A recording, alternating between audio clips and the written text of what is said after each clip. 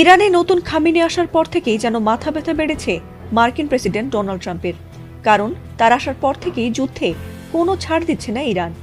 আর তাতে ইসরায়েল ও যুক্তরাষ্ট্রকে পাল্টা হামলা করে নাস্তানাবুদ করে দিচ্ছে সাহসী মুসলিম রাষ্ট্র ইরান।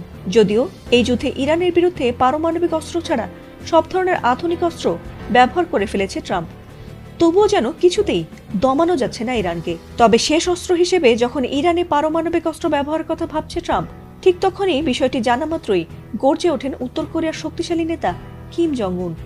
এমনকি এই যুদ্ধে ইরানে পারমাণবিক হামলা হলে আমেরিকাকে পাল্টা হামলায় গুড়িয়ে দেবে বলে হুঙ্কার দিয়েছেন তিনি।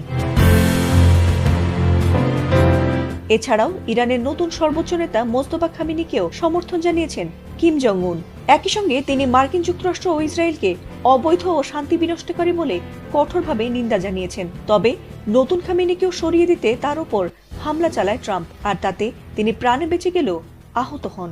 আর সেটি মোটেই মেনে নিতে পারেনি উত্তর কোরিয়া। আর তাই আমেরিকাকে নিজেদের বিধ্বংসী রূপ দেখাতে এবার শক্তিশালী মিসাইল ছুড়লেন কিম জং উন। আর তাতে অনেকটাই চাপের মুখে রয়েছে যুক্তরাষ্ট্র ও ইসরায়েল।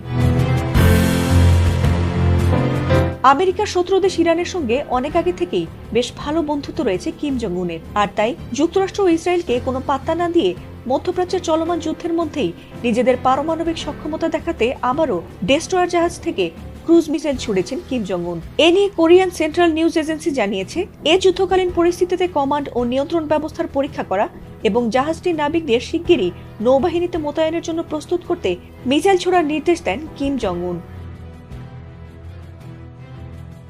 গত সপ্তাহে যুক্তরাষ্ট্র ও ইসরায়েল ইরানে হামলা চালানোর পর বিশ্বজুড়ে পারমাণবিক সক্ষমতা নিয়ে বাড়তি নজরদারির মধ্যেই উত্তর কোরিয়া এই পরীক্ষা চালালো।